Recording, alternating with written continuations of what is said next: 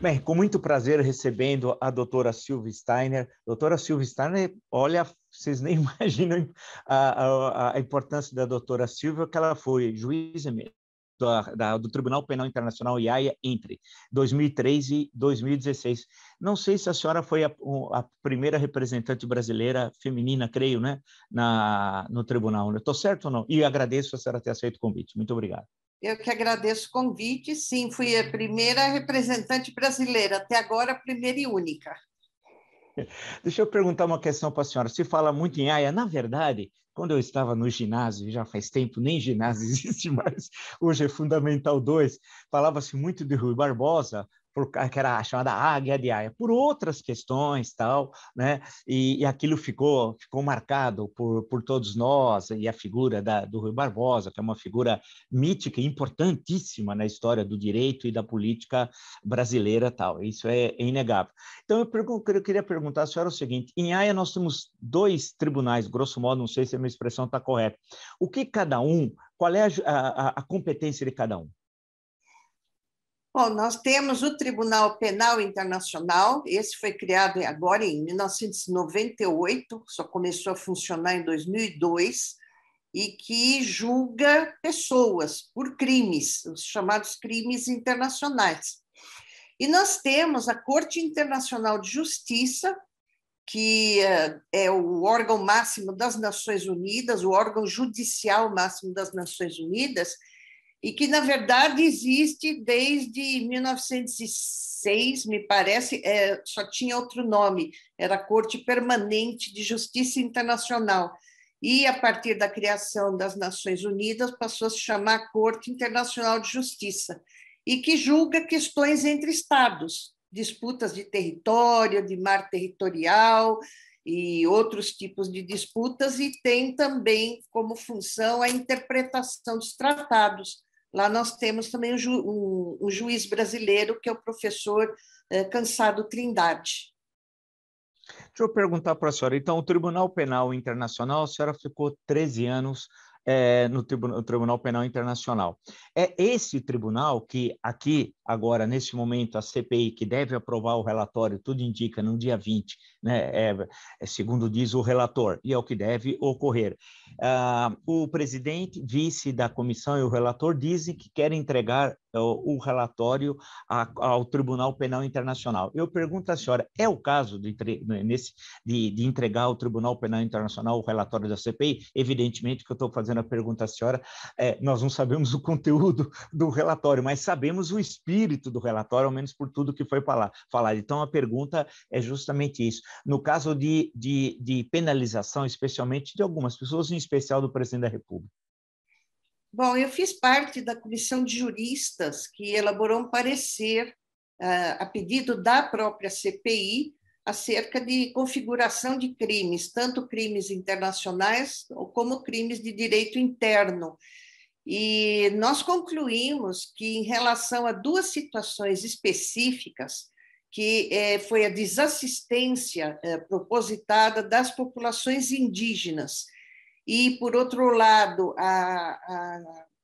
a situação caótica de Manaus, na qual o governo se empenhou em implementar programas de distribuição de kit Covid, tratamento precoce, não sei mais o quê, e deixou de prover Manaus com os insumos necessários, inclusive oxigênio, nós entendemos que, em relação a essas duas condutas, pode-se, em tese, configurar crimes contra a humanidade.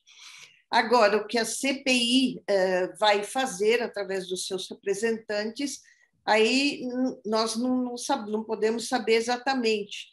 Hoje eu ainda acompanhei alguns veículos de imprensa dizendo que o relator pretendia, talvez, enviar uma denúncia ao Tribunal Penal Internacional por crime de genocídio, que é uma conduta que nós não entendemos presente no parecer, mas, evidentemente, a CPI tem liberdade para dar o encaminhamento que entender necessário, não é? Ao parecer que nós fizemos. Eu li lá o parecer, eu queria justamente perguntar à senhora, com base nessa questão que a senhora falou. Quer dizer, nós podemos dizer assim, eu perguntaria à senhora, que o presidente da República, Jair Bolsonaro, em tese, pode ter cometido crimes contra a humanidade? E a pergunta segunda que eu desdobro à senhora, no que consiste o crime contra a humanidade? Bom, no nosso parecer, nós concluímos que sim, em tese, tanto o presidente como o ex-ministro Pazuello e mais alguns dos seus assessores ou subordinados diretos podem, em tese, ter cometido, sim, crimes contra a humanidade nessas duas situações. O crime contra a humanidade ele consiste em condutas que causam mortes, injúrias, sofrimentos, atentam contra a saúde da população civil, na forma de um ataque contra essa população civil. E no parecer nós explicamos que ataque não tem necessariamente que ser um ataque armado, um ataque é uma política que tem a população civil como alvo. Então, que nesse sentido nós entendemos que as condutas pela qual eles conduziram tanto a situação indígena quanto a situação de Manaus consistiram em ataque contra essas duas populações especificamente, contra a população indígena como parte de uma política anti-indigenista mais ampla e que tem se desenvolvido em diversos aspectos, e em relação a Manaus, por ter sido Manaus eleito para servir de balão de ensaio para a implementação do tratamento precoce em detrimento do atendimento da população. Então, nesses dois casos, nós vimos a existência de uma política que tinha como alvo a população civil, essa população civil. E por isso nós concluímos na possibilidade de configuração de crimes contra a humanidade. E qual é o procedimento, doutora Silvia, nesse caso? Provavelmente o que deve ocorrer é que os membros da CPI, o presidente, o vice-presidente, o relator, ou os três, não sei, se dirijam à AIA. Aí qual é o caminho? Eles chegam ao Tribunal Penal, entregam uma acusação, né? E a partir dali, qual é o caminho que normalmente se faz? Bom, essas denúncias, que eu sempre falo que é denúncias entre aspas, para não confundir com o que nós aqui entendemos por denúncia, não é?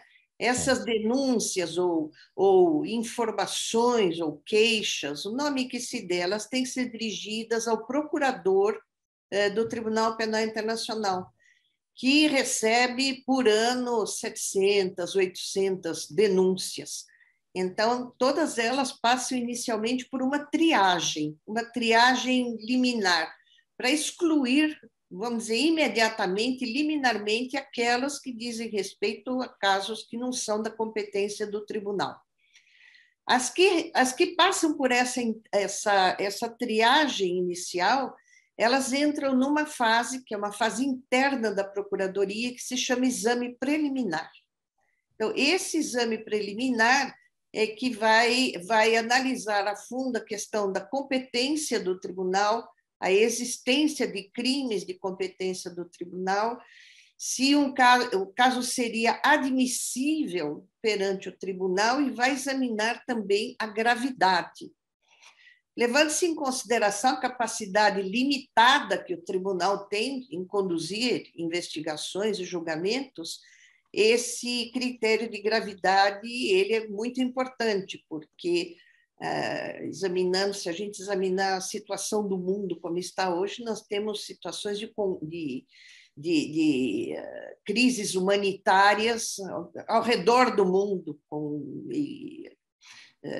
conflitos armados e deslocamento forçado de populações, casos seríssimos de violações de mulheres e de meninas. Então, há uma série de casos. Então, o critério da gravidade é também importante.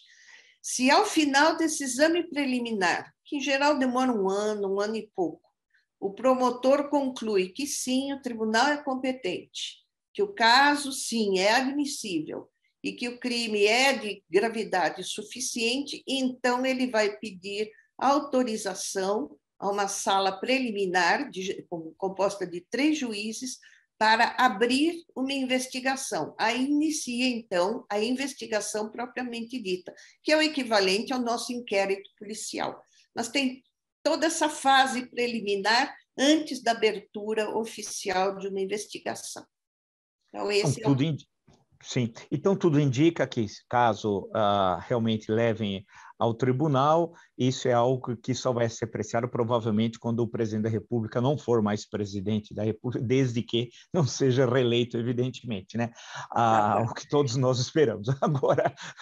Agora o que eu pergunto à senhora, no caso de um estado como o brasileiro, eu acho que da experiência que a senhora lá teve, uma coisa é um estado na África Negra, vamos dizer, né? Um estado desestruturado, uma sociedade civil desorganizada, conflitos étnicos terríveis, né? Em que você não tem instituições que funcionam, nem de repressão, como as polícias, ou instituições permanentes de Estado, como Forças Armadas, e por aí vai. A senhora acha que no caso brasileiro, com a estrutura de Estado que nós temos, essa construída especialmente a partir da Constituição de 88, seria recebido, quer dizer, depois de todo esse trâmite, até chegar lá nos 3 juízes, como a senhora destacou, eu não sei se é a expressão correta, seria recepcionado pelo tribunal e aí abriria-se um processo? Bom, é muito difícil fazer esse juízo antecipado. O que eu posso dizer é que aqui no Brasil nós não temos a tipificação de crimes contra a humanidade. Então, ainda que nós tenhamos um poder judiciário que funciona, um Ministério Público que funciona e uma polícia que funciona, ou pelo menos tem condição de investigar, nós não temos a tipificação de crime. O projeto de lei que internaliza os crimes de guerra e os crimes contra a humanidade e o genocídio previstos no Estatuto de Roma está parado no Congresso há 15 anos. Então, nós não temos como julgar alguém por um crime que não está tipificado. Então, nós temos essa impossibilidade, no meu entender, nós podemos julgar o presidente por outros crimes.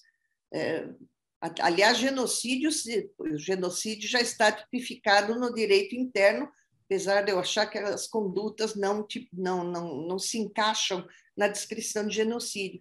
Mas, em relação a crimes contra a humanidade, nós não temos como. Então, o país, porque não implementou o Estatuto de Roma, dentro do direito interno, não tem como julgar crimes contra a humanidade. Então, nós temos um problema sério, muito sério. Entendi. Mas o Brasil é signatário do Estatuto de Roma, né? E ele ratificou. O Estatuto é lei, e agora tem, inclusive, status constitucional. A submissão do Brasil ao Tribunal Penal Internacional, ele foi introduzido como norma constitucional pela Emenda 45.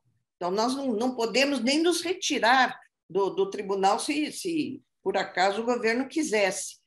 Mas o problema é que os tipos penais eles têm que ser descritos pela lei interna.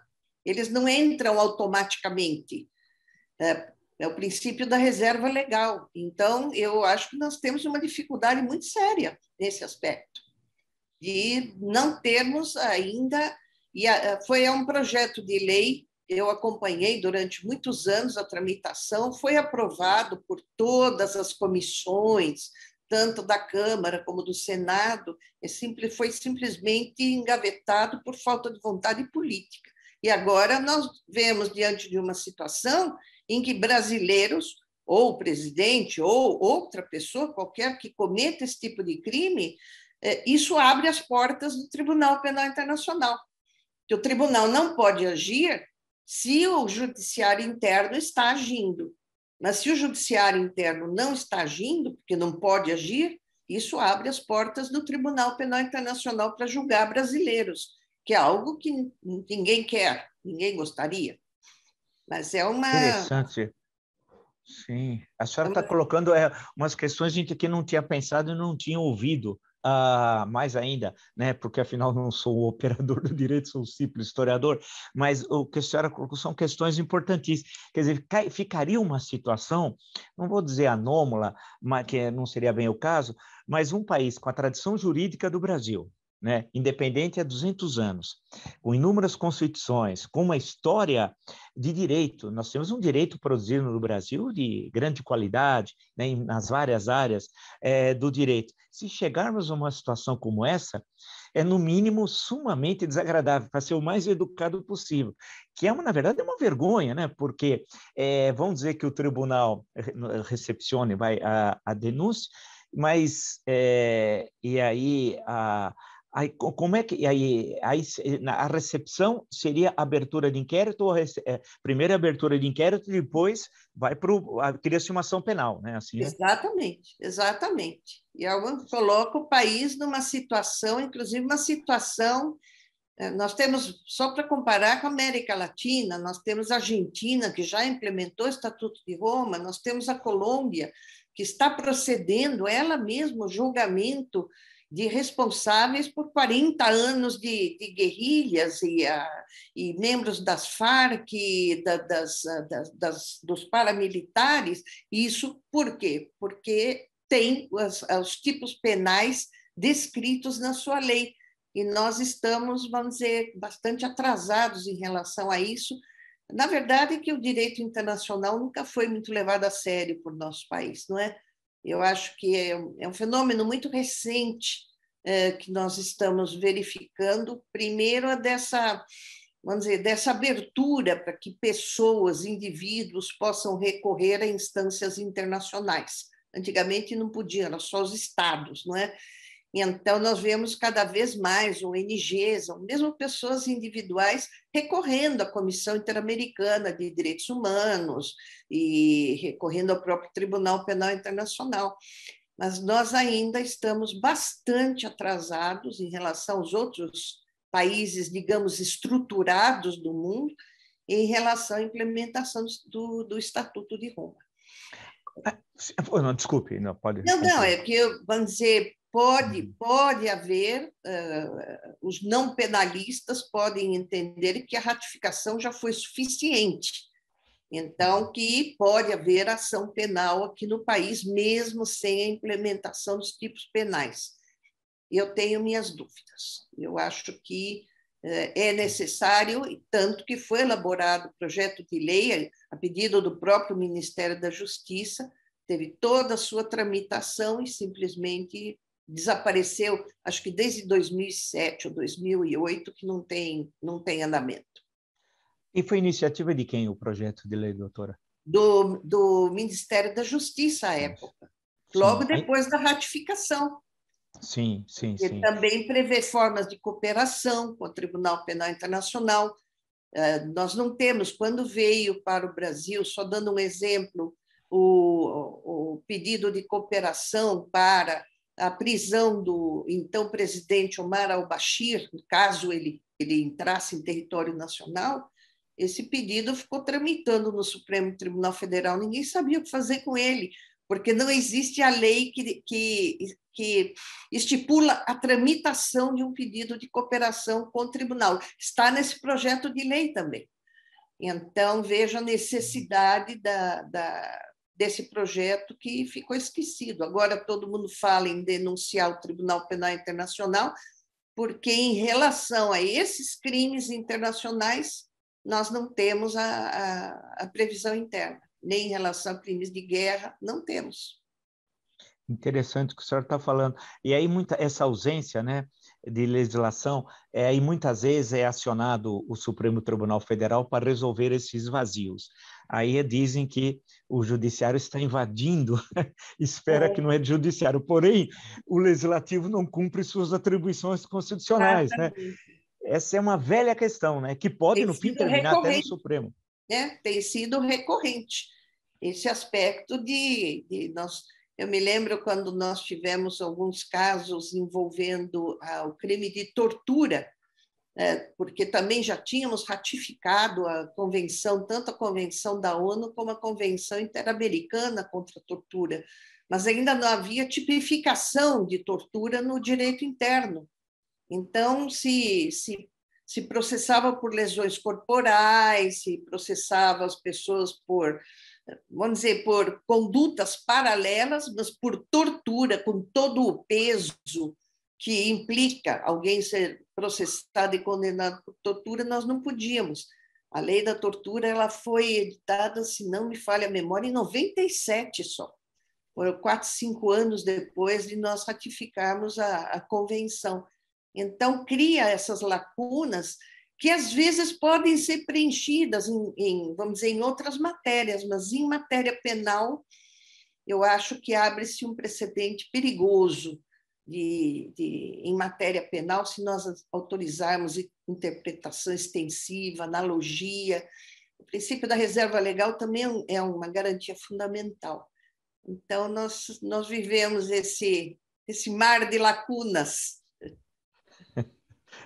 Não, é verdade, a senhora tem toda a razão. Eu sempre dou o exemplo que a Constituição de 88 não tem uma lei do impeachment da Constituição de 88. Claro que a Lei 1079 era da Constituição de 46, mas é considerada que ela foi recepcionada pela Constituição de 88. Mas quando a gente lê a Lei 1079, a gente percebe que ela está defasada. Frente a, né, nós deveríamos ter uma lei de impeachment. Nós já tivemos 2 impeachments e nada de lei do impeachment da Constituição de 88. Exatamente. E assim, vários são os exemplos, professor, vários são os exemplos. O tempo passa e essa questão não se resolve. Deixa eu só perguntar uma última questão, não sei se é possível a senhora responder. Dos casos em que a senhora apreciou como... Eu sei que a senhora estava num tribunal que realmente não deve ser fácil, as tragédias que chegam ali, porque ali, evidentemente, só chega isso. Teve algum que mais impressionou a senhora? Porque eu digo isso porque eu fico lendo a minha literatura aqui de história, e eu sempre leio muita coisa sobre a Segunda Guerra Mundial, e a gente, ao ler aqueles livros de política, de história militar e as tragédias dos campos de concentração, a gente perde a noção de que existe uma humanidade, porque a gente fala assim, como é possível falar uma humanidade depois de assistir tudo isso? Eu digo, no caso da senhora, teve algum caso que a senhora... Aquilo que a gente não consegue dormir depois de ler os autos do processo? Bom, eu acho que eu diria que foi realmente o primeiro caso em que eu atuei, que foi o caso de Thomas Lubanga Dilo. O primeiro procurador do tribunal, que era o senhor Luiz Moreno Campo, da Argentina, ele decidiu que o primeiro caso do tribunal seria um caso emblemático de um problema que assola não só, vamos dizer, conflitos armados em África, mas no mundo inteiro, que é o da utilização de crianças como soldados. Então, ele tomou decisão política de investigar essa prática para tornar emblemático, no sentido de mandar a mensagem de que essa é uma conduta que não pode mais ser tolerada pela humanidade. Então, foi um caso bastante difícil, não só pelas dificuldades naturais do primeiro caso do Tribunal Penal Internacional, mas pelo tipo de vítimas que envolveu. E, vamos dizer, tudo que nós tivemos, toda a documentação, vídeos e fotos e testemunhos que tivemos que ouvir a respeito de crianças de 10, 11 anos sequestradas das suas casas, das suas salas de aula e levadas para campos de treinamento duríssimos, as meninas de 10, 11, 12 anos sendo usadas como escravas sexuais. E nós tivemos, vamos dizer, o movimento armado do senhor Thomas Lubanga Dilo, foi constatado que 50% dos seus soldados eram menores de 15 anos de idade. Então, acho que foi um caso emblemático e foi assim o primeiro choque que nós, a primeira composição do tribunal, tivemos com o tipo de crimes internacionais. Eu depois presidi o caso de Jean-Pierre Bemba, que também trouxe um outro tema bastante emblemático, que é o da violência sexual contra mulheres e meninas em conflitos armados. Então, também foi muito difícil ouvir os depoimentos e ver dentro das comunidades tribais africanas qual é o efeito do estupro em mulheres e meninas, que perdem todos os referenciais elas são expulsas das comunidades. Então, além da violência sexual, elas perdem os seus referenciais, elas perdem a família, elas perdem a sua... Não tem outra expressão, todas as suas referências, elas passam a ser um ser inexistente, invisível. E isto é também um fenômeno muito chocante. Outros casos, mesmo casos atualmente em andamento no tribunal, examinam com muito cuidado essas formas de violência. Toda forma de violência tem que ser combatida, mas há determinadas formas de violência que ferem mais aquele senso comum, daquela ética mínima que deve existir mesmo em conflitos armados, né? Para isso nós temos o direito humanitário, exatamente para conservar aquele mínimo ético, mesmo em situações de conflitos armados. O que nós vemos é que, em grande parte dos conflitos, esse mínimo ético não é respeitado de maneira alguma. Então, são casos que realmente, vamos dizer, fazem a gente crescer profissionalmente e também, acho que pessoalmente, aprender a lidar com essa realidade. Nós que vivemos assim num universo um tanto quanto privilegiado, né, nesse aspecto, é um aprendizado muito grande, muito difícil, mas muito grande. Então, acho que... Só para quem nos acompanha, doutora, o primeiro são os casos da África Negra, né, ali da África Ocidental, né, se não me engano, na antiga África Ocidental francesa. O primeiro o primeiro caso que você fez República Democrática do Congo. Do Congo, né, que já são mais ao sul. Democrática do Congo, esse que eu presidi é da República Centro-Africana. Vixe. Fora isso, o tribunal acompanha casos que envolvem crimes cometidos em Uganda, Nigéria, no Mali, Burundi, que eu me lembre assim rapidamente, são esses que envolvem estados africanos. Fora isso... nós tivemos problemas ali na Libéria, tal, tudo ali. Também a questão da Libéria e de Serra Leoa foram julgados por um tribunal chamado ADOC, o Tribunal de Serra Leoa, especificamente criado para esse fim. Então, nós não acompanhamos os casos que envolveram o então presidente da Libéria, Charles Taylor. Funcionávamos no mesmo prédio, mas era chamado de salas especiais de Serra Leoa. Então, foram um tribunal híbrido entre juízes nacionais e juízes internacionais e que levaram a cabo o julgamento de Charles Taylor. Atualmente, o Tribunal Penal Internacional tem tem investigações em Mianmar, o caso dos Rohingyas, tem investigações na Geórgia, na Ucrânia, tem investigações nas Filipinas, tem investigações, o caso da Venezuela está na fase de exame preliminar ainda, tem a fase preliminar, o acompanhamento da Colômbia, que está lá, e que mais? Equador, que eu me lembre, por enquanto, são esses. Atualmente, acho que são 11 investigações abertas. Perfeito. Doutora Silvia Steiner, muito obrigado por ter atendido meu convite. Foi uma aula, viu? Uma aula sintética, foi mesmo. Colocando questões que, por exemplo, sobre a questão do relatório IAIA, a questão do crime contra a humanidade, eu não tinha lido. Sinceramente, olha que eu fico acompanhando. A senhora colocou questões que são fundamentais e também da sua experiência, né? Eu acho que muitos de quem nos acompanha não sabe dessas terríveis tragédias, especialmente da África Negra, mas não só, porque a senhora também deu exemplos terríveis, é o caso da Ásia, da Birmânia, das minorias étnicas, que o pessoal vai para Bangladesh fugindo, é uma coisa terrível, coisa aqui da América Latina, né? Da nossa América, aqui como dizíamos no passado, e que também realmente não é fácil. Então, eu agradeço muito a gentileza da senhora ter atendido o convite e ter feito essa exposição. Mas muito obrigado mesmo, doutora Silvia. Muito obrigada. Foi um prazer muito grande e estou à disposição. Valeu. Grande abraço. Para a senhora também. Muito obrigado.